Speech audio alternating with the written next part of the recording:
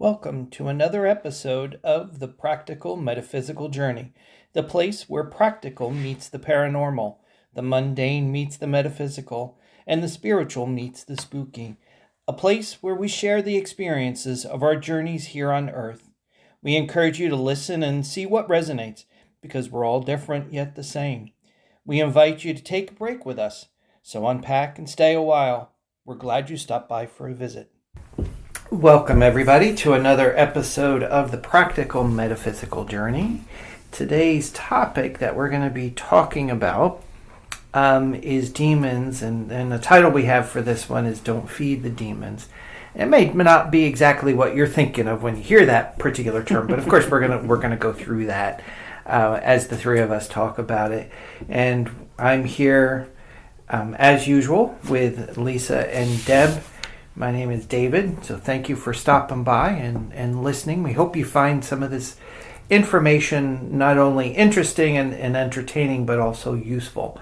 And that's one of the ideas with this podcast that we're putting together, is to talk about a lot of these different metaphysical topics. One thing, though, I wish just to kind of stay up front as before we get into this particular topic, is a reminder: we're just expressing our personal feelings and experiences in this particular episode. While we are ordained ministers, we are in no way replacing medical advice or representative of any licensed medical field. After listening to this podcast, if you feel you need assistance, please do reach out to a healthcare professional. Like I said, this is our experiences, but if you do need help, definitely reach out to a licensed professional if you need. For sure. Yep. So Lisa, this was a topic you had suggested, so I'm going to put you on the spot a little bit to kind of open it up. And when you sent the idea in text, I was like, oh, this is neat. I like this one. So can you kind of talk through a little bit like what you were thinking when you had suggested this topic? Sure. I mean, for me, the spiritual aspect of a demon comes up a lot in sessions over the years with people that have come in. And I wouldn't say it's something that I've never looked to study about it, but some of the modalities that I've learned over the years have helped me with that. But like you say, like the priests get known for exorcisms and just different things like that. We're going to talk about that today, but there's another aspect that we're going to bring in. But what prompted me that particular day is I was reading an article on X, and it just caught me, and I thought, this is a good topic to bring up, because most people are scared when you hear the word demon. It brings up a certain connotation, and it's scary for them. And I thought, we can not necessarily debunk it, or, we can kind of demystify it a little bit and kind of bring it down to some practical terms to use. So what I found in that article, there was a quote by a guy named Rudolf Steiner, and it was from 1907. And I thought, if there's demons or whatever you want to think of, they've been around forever. But this just hit me that it was 1907. And he said, there are beings in the spiritual realms for whom anxiety and fear emanating from human beings offer welcome food. When humans have no anxiety and fear, then these creatures starve. I thought that was so interesting. It says, if fear and anxiety radiates from people and they break out in panic, then these creatures find welcome nutrition and they become more and more powerful. These beings are hostile towards humanity. There was also some other sources. Rudolf Steiner was German, and it has the name of the book and everything that it was from. But it made me start to think about that, and I thought, well, let's delve more into that. And I know David likes definitions, so I thought, let me throw some definitions in here. So I just went to the Webster's Dictionary definition, and they say that it's an evil spirit. It can be a source or agent of evil, harm, distress, or ruin.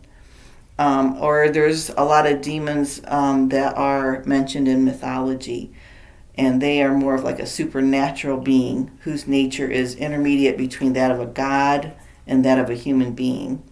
And then also demons can be just negative thoughts where you hear the terminology that you're fighting your inner demons kind of thing. For me, this is what I came up with.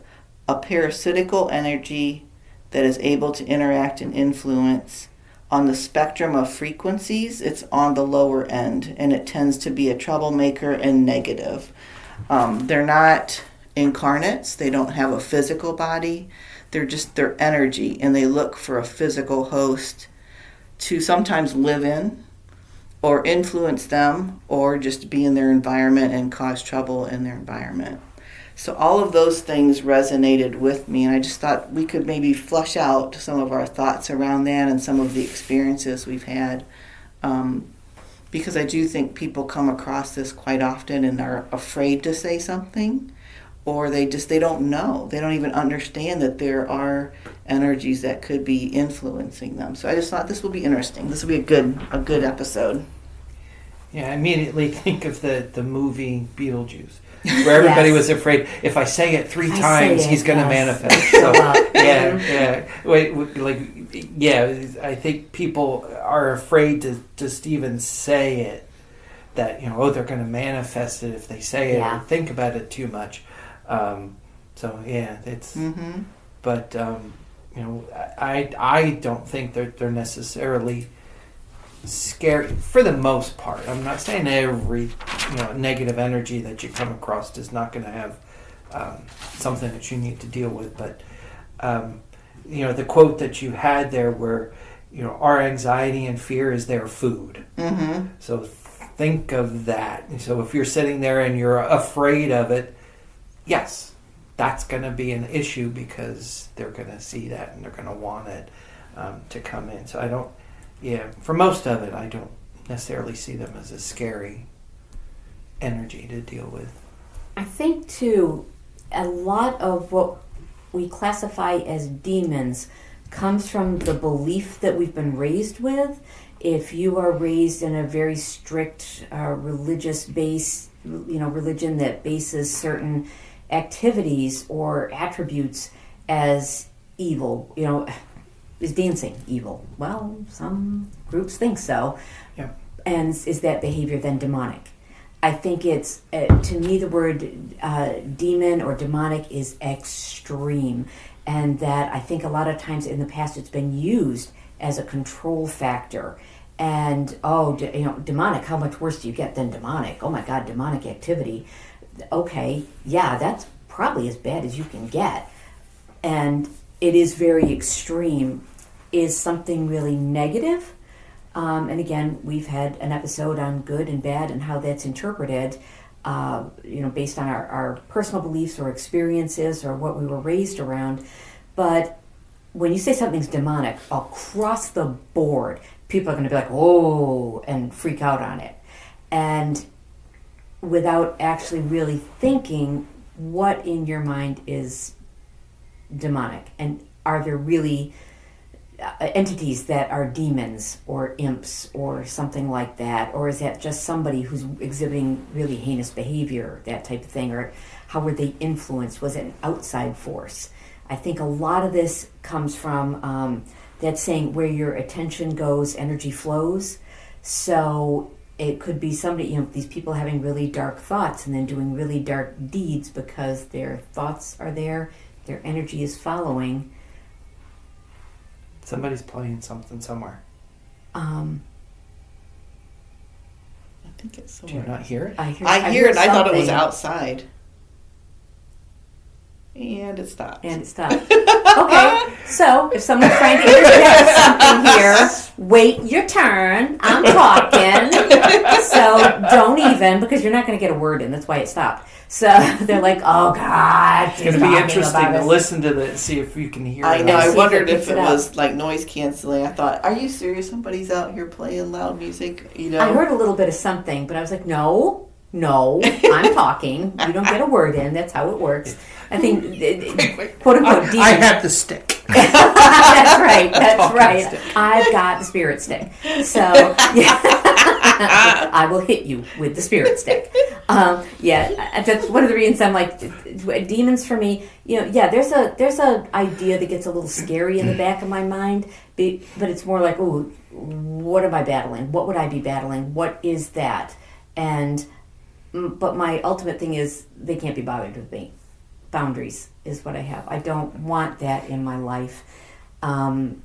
In that extreme, I don't go seeking it, and I think that's a big part of it too. When people are, ghost hunting or looking for entities or elementals out there, nobody ever seems to go and look for the happy one. I want to see Casper. I want to see, a happy elemental, whatever. They have an expectation that there's something dark out there, and everybody's afraid of the dark. You can't see in the dark, so. Well, as we talked about in things like the good bad episode that we did, and also talking the ghost episode, I think a lot of it comes from how we were raised. Absolutely, think of the being raised in a Christian household like I was in Christmas. The whole idea of were you a good boy this year? Right. So Which list are you on? Yeah. Presents and so forth. So that and the idea of what's your perception of that circumstance versus what's the perspective that you have on that circumstance. And going back to the ghost one of now I lost the idea that I had on that one. Well, like we were saying, people that want to set things up to frighten people. And the Hollywood movies. Yes. And what you see on TV. Yes. Yeah, if you look at those paranormal investigation TV shows, almost all of them are in there trying to find the scary and the evil spirits that are still in that. And they throw the word demon out immediately without saying, okay, could it be whatever, Yeah.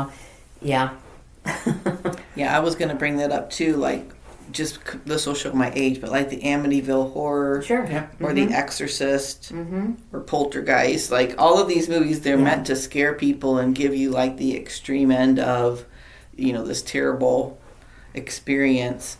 When I hate to take it lightly, but I would just say over the years of having experiences now, it's almost comical to me that they try so hard to be intimidating, these energies that present it sometimes in session, that I almost I feel an empathy for them. I feel actually sorry for them, and I'm thinking, oh, you poor little thing, like here, you just need to move on. You're on your evolutionary scale too, whether they know it or not. I just feel like there's a range of frequencies, and as we talk about our spiritual journeys, and we're trying to evolve and trying to get to the next level, whatever that looks like, I think it is a frequency, right? You're trying to get to a higher frequency, and at some point that you just can't engage with them. They're just you're not compatible. It's like oil and water. Yeah, you're not in denial of them. You can recognize that it's out there, but you can make the choice. Right. And you see a lot more of that stuff in the sessions that you do, and have more things like that appear than say I do on my day to day.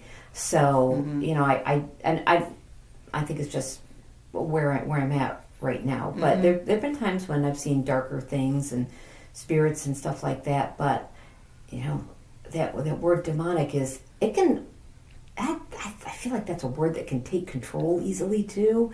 So if I'm going to label something as a demon, now I'm giving it power. Not to say that it might not be, but one of my beliefs is, well, I don't want to call it that, because then I'm giving it all that power. Yeah, so that could just be me shrinking away from it too. I just call them entities a lot of times. I'll just call it an entity, just kind of group it all into one basket. And if there's, good and bad and that, whatever that looks like, there's, to me, everything's energy. Yeah. But again, they're incarnate. They don't have a physical body. Right. So a lot of times I have to remind them, or I think they know, but I have to remind people, you don't need to let them in. Don't leave your doors and windows open. Boundaries. We talked about boundaries in a previous episode. Boundaries are so important, but you got to get them out first. You have to get them, if they have infiltrated your physical being, you have to take power back. Like, this is my body, this is not your body, and I command you to leave. And, angels help, your guides help, whatever that looks like for you on your journey right now. Archangel Michael is an awesome angel to call in. Yeah. Archangel Raphael has helped out in the past. And I just basically, in my mind, for myself, I create like a column of white light that the angels are going to just escort these entities away and help them on their evolutionary path. Yeah. Now, I have had in one of my early Reiki sessions where I was not confident, but somebody reached out to me, and it was really cool because they wanted to do an exchange of service. So I was getting these really great facials, and this person was getting a Reiki session. And there was a little bit of a language barrier because they weren't from this country, but I think that's what added to what happened in this particular session is I did not go into the session thinking I'm going to be clearing demons or entities. Right. But during the session, I got the impression that they needed some kind of clearing. So that was all my intention was whatever is not for their highest and best, angels, please come in and help me help me clear this person. Well, after the session, they gave me the most amazing interpretation. They said, to me, they were out. They were, eyes closed. We were not interacting during a session. They said, that was amazing. I saw all of these angels coming, Archangel Michael and Raphael and all these angels, and they were taking these energies, these, negative energies. I can't remember the word she used it in her language, but it was, like a demon. She goes, they were grabbing them, they were throwing them down, they were stomping on them, and they were bursting into dust. And like she saw all of that in her, mind's eye. I had no idea because she's just laying there peacefully on the table. Wow. But my intention was something needed to leave. And then she was given the vision of the angels literally taking them and just crushing them into dust. I was like, amazing. Wow. Yeah, that's hugely powerful. Yeah, so I guess all of that to say, you don't need to be scared. You have got the physical body. You've actually got all of the power. And they have to try so hard to scare you because they know that they don't have it. Is my point of all of that, is that you can, we're going to give you some tips and things, but you can rest assured if you are having issues, it can be resolved. I want to give everybody hope that it's definitely something that you can resolve. Yeah, and I think too, then you start to get into that category where I'm fighting my demons, which can relate to addiction or abuse or something like that. And that's a whole different ball of wax right there. Things going on. Then you're getting more into, issues that a mental health coordinator, somebody needs to help you with, because that's just a whole different thing. It's a different type of demon. Drugs, to me, are not a demon because I don't necessarily have that addiction quality to them, and they don't affect me in a way that perhaps someone that they affect somebody else. And whatever part of my makeup is, my genetic makeup, physical makeup, whatever it is not as susceptible to that. But that could even be gambling. Absolutely. It doesn't necessarily even need to be a substance. A physical it can be substance. Eating, it could be eating. It's where any the of that payback comes from. Right. You've always got a payback for every action that you do. And some people do go down that path where it's like, okay, I'm going to do quote unquote Satan worship, or I'm going to call forth demons, or I'm going to do this, and they start going down there. And there is a physical reaction to that. There is a payback for every single thing we do, and it's going to keep being there until you switch that, if you need to. There's always a payout for people who are, victims all the time. There's a payback. They get a payoff for that, because then people are trying to help them. Until they stop helping them, then they have to exhibit that behavior somewhere else, until they decide that that's not where they want to be. So it's another type of demon-y thing. But yeah, if you're going to start, reaching out there and looking towards a, say, more dark side and black magic-y type of stuff, if your goal is to use energy to harm others, or try to, say, conjure something that is going to harm others, then absolutely you're messing with a path that will catch up with you. Yeah, they say dancing with the devil. Dancing with the devil. I mean, and you're stuck. You dance real forever until, the devil will be your partner. And it's funny because, I can say the word devil and not be as afraid of that as demons. Interesting. Yeah. That's interesting. Well, I will say I did, in the research I did, I was thinking about how as Americans, we're having this conversation, but I was surprised that in other cultures that the word demon is used, or they may call it something different, but I found like 10 different examples in mythology and demonology, like just different things coming up. So there were like Hindu gods and demons. There was Angolan, Nigerian, obviously in the Christian faith too. There was Indonesian mythology, Japanese, Jewish, just all of these different ones were showing. So I was like, okay, well, this is something that can connect a lot of people. We may be experiencing it different ways, calling it different things, but it's still an energy. It's still, negative. I'll give it a negative type energy to it. And there kind of has to be, to have that balance. The good and evil, and the bad and good, and positive and negative. You kind of have to have that. It's like when people say, well, you won't appreciate sunshine unless you have rain. And it's like, yeah, okay, that's certainly not extreme, but I don't have to shake the devil's hand to know God's around. Right. But that's just me. And it's interesting the levels people will take things to. And part of learning to deal with it is you do need to acknowledge it exists. Just like good and bad, and like you said, good and evil, and it's energy. It exists, right? And it's whether you give it a home or not. Yes. Where the problem starts. Yeah. Right. Or the quote that you had. Are you giving them food? Yeah. So when I look at it, or if I think I'm encountering something that's negative, I don't get so much into the business of I have to protect myself from it. Right. Just I acknowledge it, but you're not going to live here. Yeah. You can stop by, but you're just going to keep on moving. Yeah. And go out because there's no home for you here. Yeah. You're not feeding. That requires work, though. I think with all of us, you have to know yourself. Awareness. You have to be very aware of how you're perceiving things and what's going to trigger you. Not that I'm perfect and I never get triggered by anything. Yeah. That could be a whole podcast episode. What triggers us? Yeah, I was going to say, what triggers David? I thought it was going to be you. Yeah, that's going to be. We'll do one separate episode. We'll call that a session. Yeah. But just being aware of that, and then as soon as you say it, it's like, okay, that's a thought I don't need. Yeah. And shut it down. Yeah. It's like feeding the stray cats. You keep feeding them, they're going to keep coming. Yeah. They're not going to suddenly say, we're not going to eat here anymore.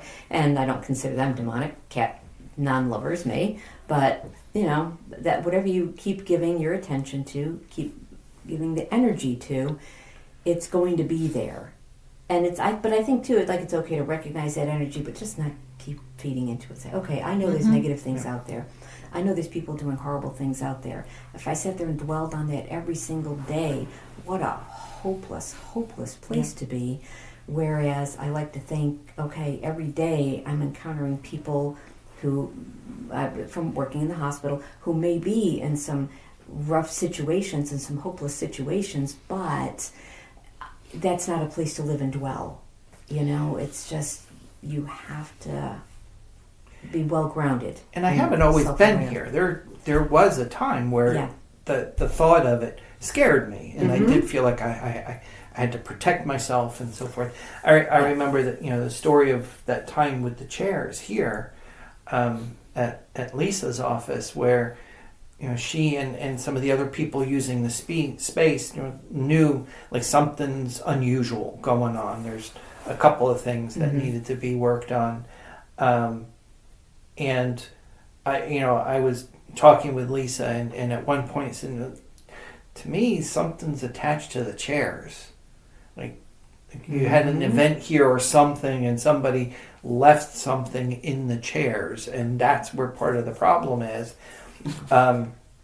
which made sense to you. I Yeah, I was remember like, you going, we're gonna fix this right now. yeah, and you immediately like, yep, makes sense. I understand where that's coming Yeah, from. I said somebody had donated some chairs even. Yeah. And Yeah. we're like, I don't know, let's start pulling the chairs out Yeah, and see. and we did that, and while you were doing that, I saw that negative energy bouncing around the room. It was Looking pissed, for a home. Yeah. and it wanted a home, and I was nervous, and anxious that whole time because I had never really dealt with it that closely before. Yeah.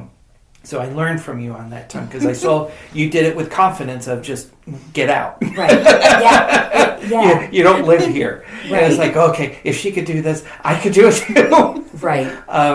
But yeah, so yeah, the time there, that made me nervous. But Yeah. now I've gotten to that point of like, yeah, no, you don't live here. There's nothing for you. And I we will- have had people that have come in here with attachments, or that they, which I think a lot of times they've created with that negative energy. They've created that whole other entity, and then you kind of get into poltergeists and elementals and different things like that.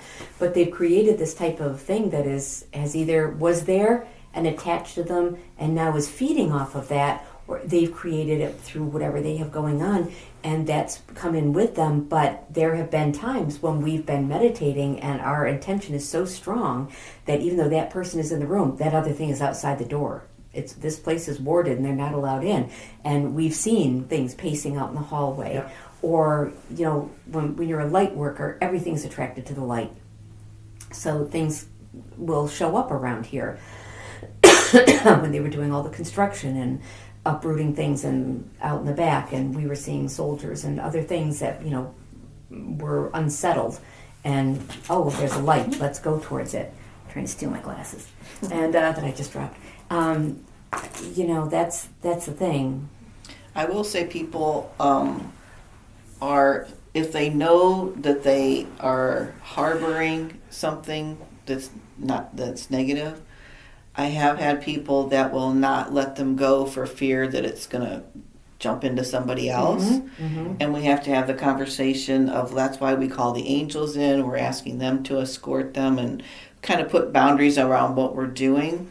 But I have had people take them back. Like they'll get out of their physical body but then the person feels responsible for them, and that can be a whole episode in its own. The devil Right, and Yeah. just, karmic ties and different things that, they have set up maybe from a past life or something. They feel they deserve that they're going through, that they're going to keep that there. Or they're the demon rounder-upper. There you go. I'm just saying, there's Yeah, just a lot of yeah, different scenarios yeah. that they tell themselves that, no, I can't let this go because it's going to go harm someone else, no matter Yeah. how you assure them that, I try to tell them the story about that I just told you guys about the angels will take them, they'll crush them if they have to, or they're going to escort them on their journey to hopefully evolve and elevate up the frequency ladder here. That's not for me to worry about. Mine Right. is just about, I want you to have your sovereign body back so that you can navigate from just you being the soul that's within your body. What I do a lot is I tell people I love selenite. We talked about that in our previous crystal episode, but I love selenite because it is a cleanser, really strong cleanser. And I tell people I can vision like a light tower, like a tower of light, but it's even at that, it's selenite. Like there's selenite within it, and you can go stand in that tower and let that cleanse you. It could be something that easy as like you don't know how to start, or you're like, I'm scared to go tell somebody I'm having these feelings, or I feel like something's attached to me. You can go stand in that tower. It's like oil and water. They can't stand the higher frequency, so it will push them out. Yeah. But then you can call in an angel to help escort them as well. But that's a quick tip you can use for yourself if you feel like it's just too much. You just don't even know where to start. You could just start with envisioning a tower of white light that's source energy. But if you're into crystals and you know what selenite is, you could make it a selenite tower that is helping to just amplify your own frequency and a higher frequency, if you will, where the lower energies they can't they can't live in that energy. It's going to be very uncomfortable for them. That's not the same vibration. And that's the thing, or looking out for a spiritual advisor or a spiritual counselor. Or if you're faith-based, then look for someone within that faith. Mm-hmm. But you also have to, I think, know that no one should tell you have to keep that thing.